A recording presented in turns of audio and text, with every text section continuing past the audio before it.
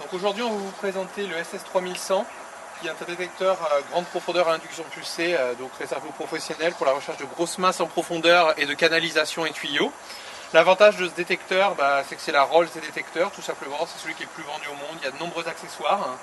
Vous pouvez par exemple l'adapter derrière une voiture, il y a des couvertures qui remplacent les cadres. Donc aujourd'hui on va vous le montrer avec le cadre, avec le disque de 45 cm avec discrimination qui est ici. C'est un disque de type Accelerator DTEC qui est connu justement pour la qualité de ses disques parce qu'ils équipent les Minela, Fisher, Garrett. Donc excellent disque. On fera plus tard une vidéo où vous montrons un petit peu le cadre et tout ça, mais ça donnera, donc ce sera un petit peu plus tard. Donc on va vous montrer l'allumage. Donc le but du jeu c'est de poser déjà le disque loin de toute interférence de ferreuse, qui est dur dans notre terrain vu qu'il y en a partout. Allez, on allume.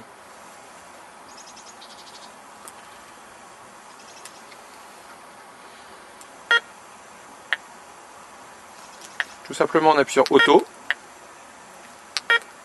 Et c'est bon.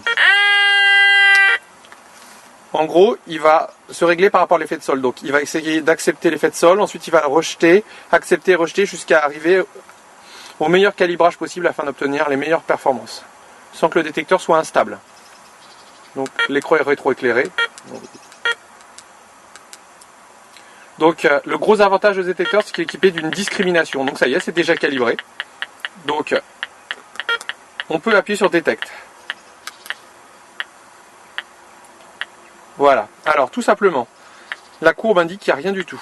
Donc quand la courbe sera vers le bas, ça indique que l'objet est très profond. Si la courbe est vers le haut, ça veut dire que l'objet n'est pas profond.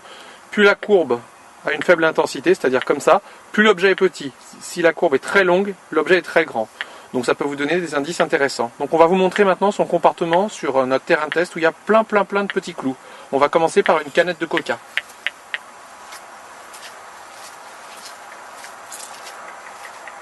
Donc là ici on a enterré une canette de coca à 70 cm, donc le haut de la canette est à 60 cm. Donc elle est à la verticale, c'est très intéressant. Écoutez. C'est un détecteur semi-statique, il faut aller doucement. Donc pour lui, vous voyez, la courbe ne dure pas longtemps. Donc pour lui c'est un petit objet et qui est vraiment en surface, parce que vous voyez que l'intensité de la courbe, elle est très haute. La canette de coca à 60 cm à la verticale, pour lui c'est un petit objet qui est en surface. Maintenant on va vous montrer sur une petite pièce ce que ça donne. Là on a un double tournois à 15 cm. Alors la courbe est encore plus petite, mais comme l'objet est très petit, pour lui il trouve que c'est moyennement enterré. Je vous rassure, le cadre ne peut pas détecter les petites pièces comme ça, mais avec ce disque ça peut être très intéressant, surtout à la plage. Alors, c'est un des premiers détecteurs à induction pulsée qui discrimine les petits ferreux. Regardez, là il y a plein de fer et vous allez voir. Fer, sur les ferreux il coupe. Fer.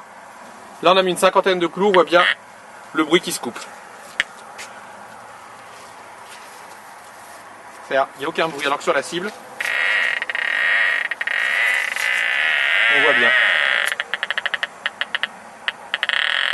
Maintenant on va vous montrer tout simplement un gros ferreux ce que ça donne.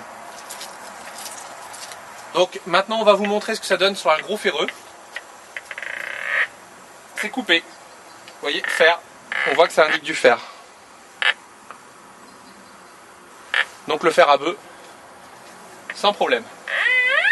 Ça sonne bien et hop, c'est discriminé. Donc comme quoi on peut faire de l'induction pulsée avec une discrimination. Très utile pour les professionnels qui souhaitent retrouver leurs tuyaux en fonte ou en cuivre, hein, car ça leur permet d'éviter de creuser sur, par exemple, des morceaux de tôle ou des morceaux de fer qui seraient enterrés à côté. Vous voyez, fer sans problème.